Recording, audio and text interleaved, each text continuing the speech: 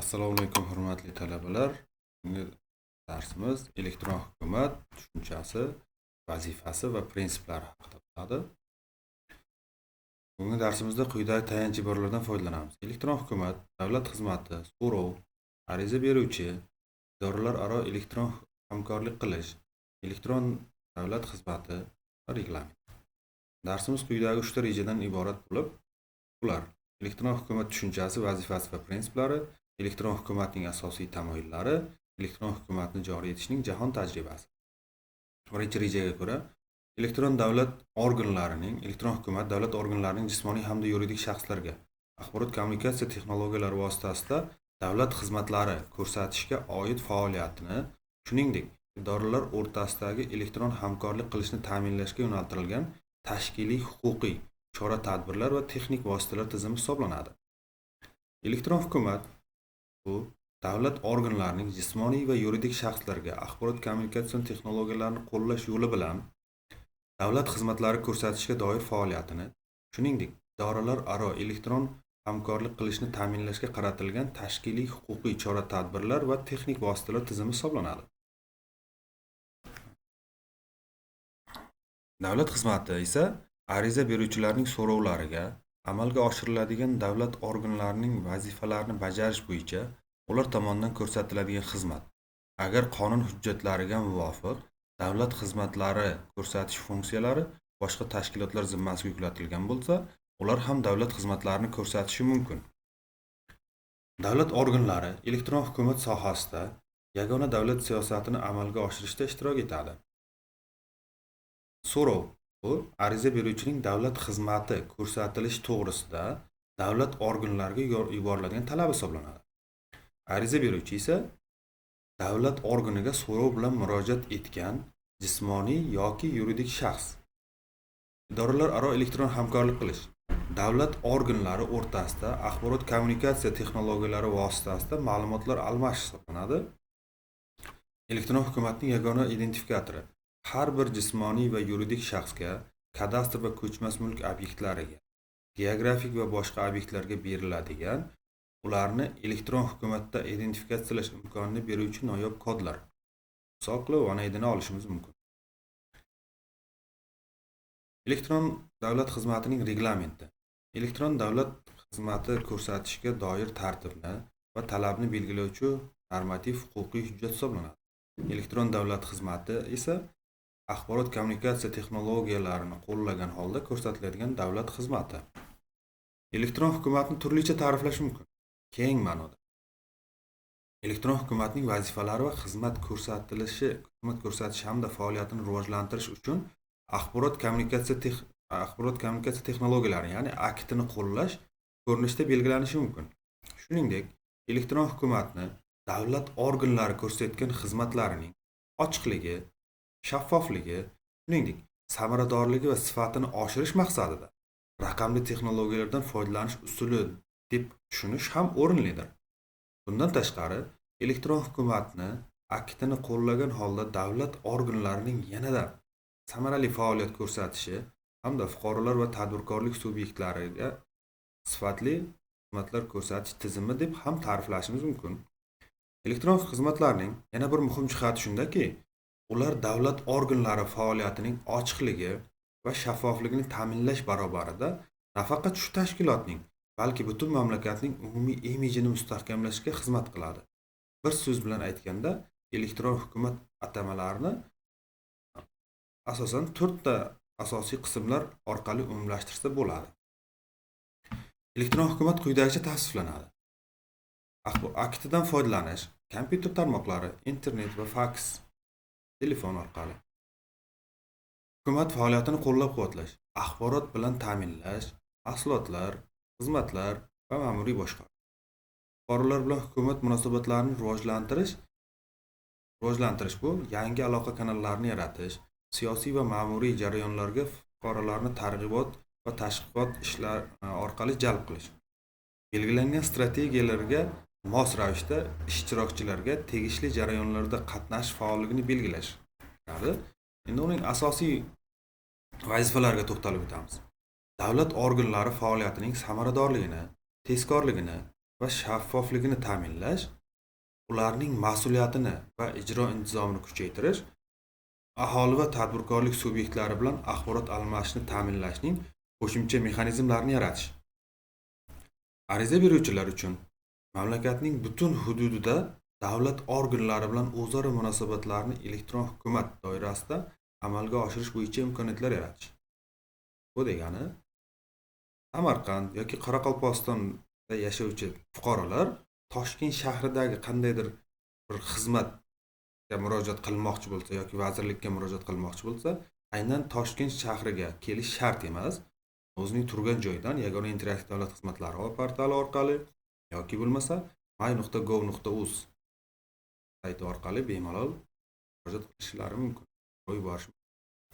O'z zimmasiga yuklatilgan vazifalar doirasida davlat organlarining ma'lumotlar bazalarini, Yagona interaktiv davlat xizmatlari portalini va elektron xizmatlarning yagona reyestrini shakllantirish. Bu elektron hukumatning asosiy vazifalaridan biri. Aholi va tadbirkorlik subyektlari bilan o'zaro munosabatlarni amalga oshirishda elektron hujjat aylanishi, davlat organlarining o'zaro hamkorligi va ularning ma'lumotlar bazasi o'rtasida axborot almashinuv mexanizmlarini shakllantirish hisobiga davlat boshqaruv tizimida yagona oyna tamoyilni joriy etish kiradi. Bundan tashqari, tadbirkorlik subyektlarini elektron hujjat aylanishidan foydalanishga, shu jumladan statistika hisobotini taqdim etish, bojxona rasmiylashtiruvi, litsenziyalar, ruxsatnomalar, sertifikatlar berishda, shuningdek, davlat organlaridan axborot olish jarayonlarida elektron hujjat aylanishidan foydalanishga o'tkazish. Tadbirkorlik subyektlarining elektron tijorat, internet jahon tarmog'i orqali mahsulotlarni sotish va xaridlarni amalga oshirish tizimlaridan foydalanishini, shuningdek, kommunal xizmatlarni hisobga olishning, nazorat qilishning va ular uchun haq to'lashning avtomatlashtirilgan tizimini joriy etishni kengaytirish. Naqd bo'lmagan elektron to'lovlar, davlat xizmatlarini amalga oshirish, masofadan foydalanish tizimlarini va bank moliya sohasidagi faoliyatning boshqa elektron shakllarini rivojlantirish hisoblanadi. Elektron hukumatning asosiy tamoyillari quyidagilar.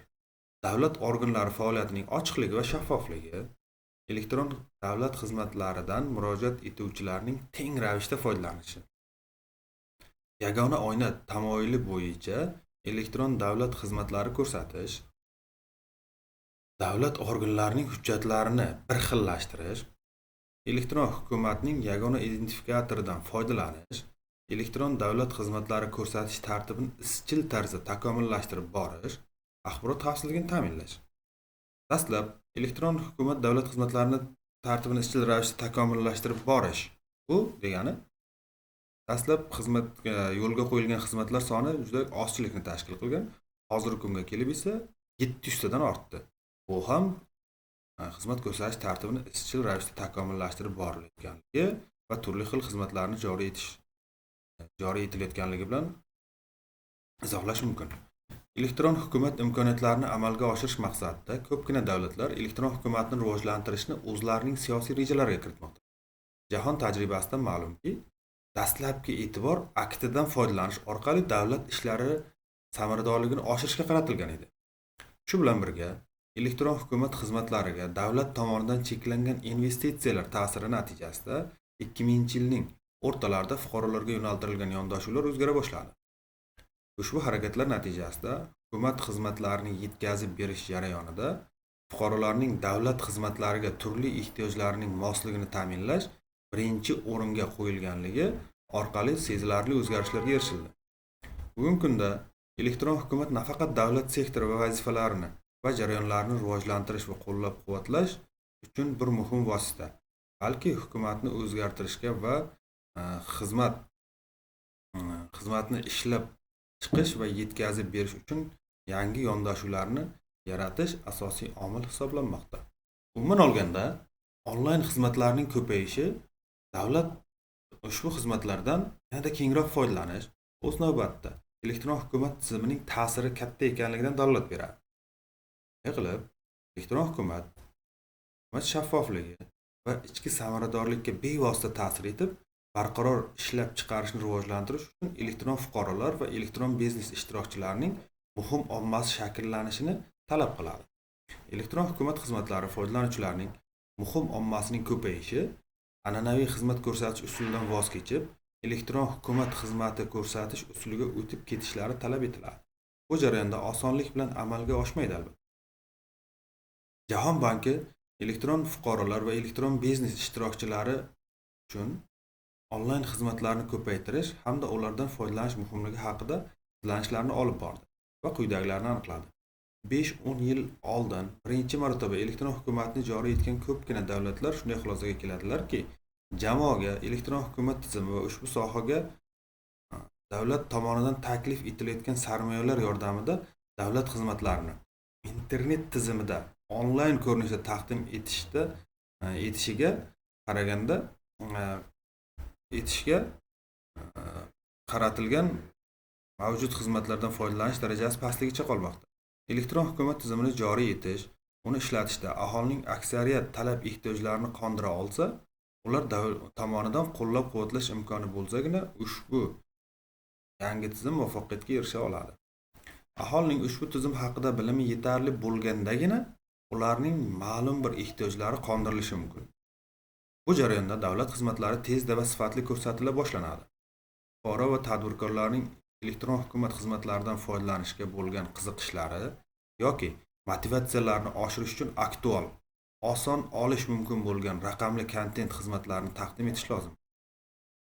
Ulardan tashqari, aholining elektron davlat xizmatlariga bo'lgan ishonchini oshirish muhimdir.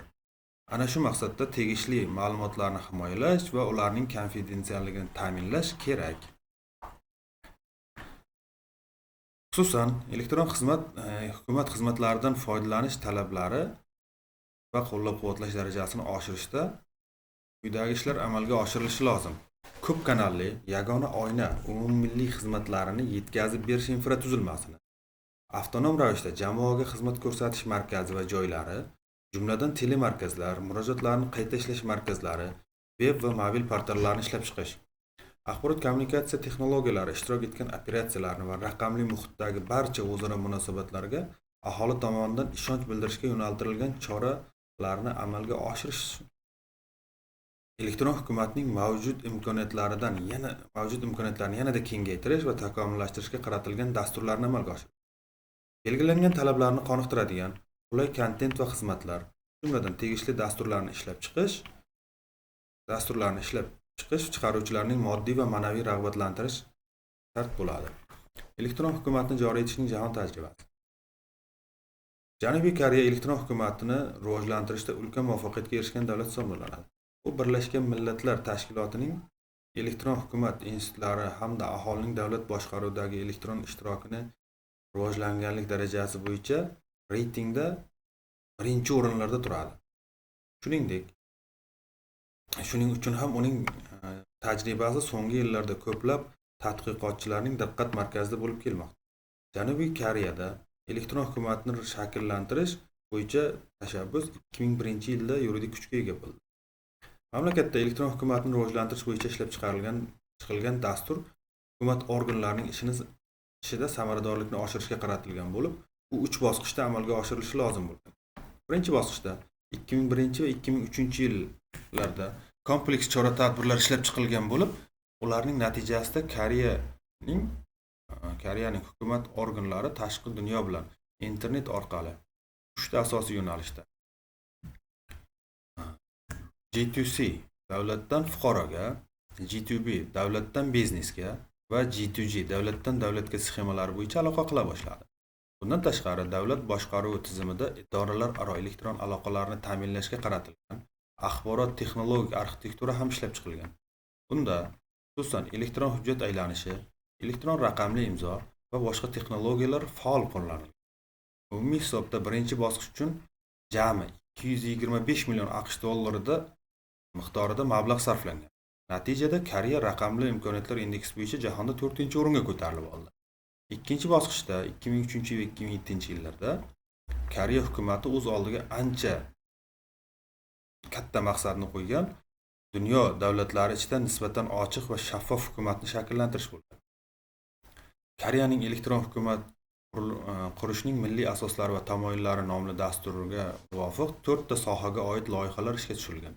Davlat boshqaruv organlarining faoliyat ko'rsatishi, davlat xizmatlarini ko'rsatish, axborot resurslarini boshqarish va qonun ustuvorligi tizimi.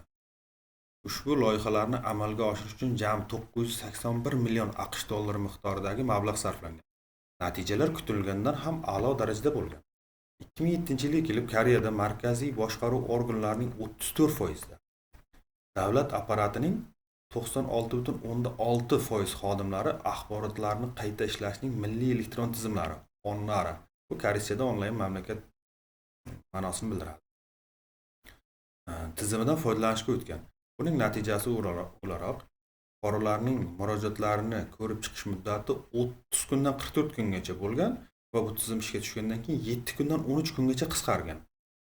Davlat tuzilmalarida ma'lumotlarni qayta ishlashning innovatsion tizimi ONNARA 2007-yildan to'liq ishga tushgan bo'lib, uning oldiga quyidagi maqsadlar qo'yilgan: ma'lumotlarni qayta ishlash va almashish doirasida barcha boshqaruv jarayonlarini standartlashtirish, davlat organlarining markazlashmagan operatsiyalarini boshqarishning yagona tizimga solish, davlat tizim ishtirokchilarining axborot almashish va tarqatishni ta'minlovchi turli jarayonlarni o'zaro va bir-biriga integratsiya qilish.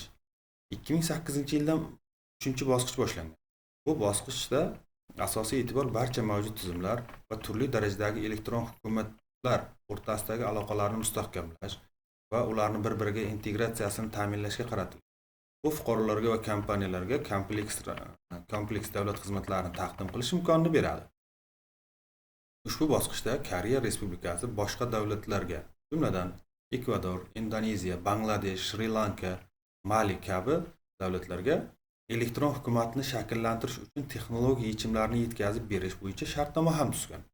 Bungacha 2004-yildan boshlab Janubiy Koreyada elektron hukumat uchun ishlab chiqilgan texnologiyalarni import qiluvchi asosiy davlat Yaponiya bo'lgan. Janubiy Koreya hukumati turli sohalarda axborot texnologiyalarini qo'llash borasida ilg'or davlatlar qatoriga kiradi. Mamlakatda bir so'z bilan aytganda bojxona ishidan tortib to intellektual mulk masalalarigacha avtomatlashtirilgan tizimga o'tgan. Shuning uchun ham u hozirda dunyoda elektron hukumatni rivojlantirish darajasi bo'yicha birinchi o'rinda turadi. Elektron hukumat tizimini joriy etishga mas'ul organ va muassasalar. O'zbekiston Respublikasi Vazirlar Mahkamasi elektron hukumat sohasida yagona davlat siyosatini amalga oshirilishini ta'minlaydi. Axborot texnologiyalari kommunikatsiyalarni rivojlantirish vazirligi esa elektron hukumat sohasidagi vakolatli organ bo'lib, elektron hukumat sohasida yagona davlat siyosatini amalga oshiradi. Elektron hukumat tizimini rivojlantirish markazi. Elektron hukumat tizimi loyihalarini amalga oshirishning me'yoriy metodik ta'minlanishini tashkil qilish, davlat organlarida foydalanayotgan axborot tizimlari, axborot resurslari va ma'lumotlar bazalarini ishlab chiqish va integratsiyalashni ta'minlaydi. Darsimiz shundan iborat. Rahmat, sog' bo'linglar, keyingi darsgacha.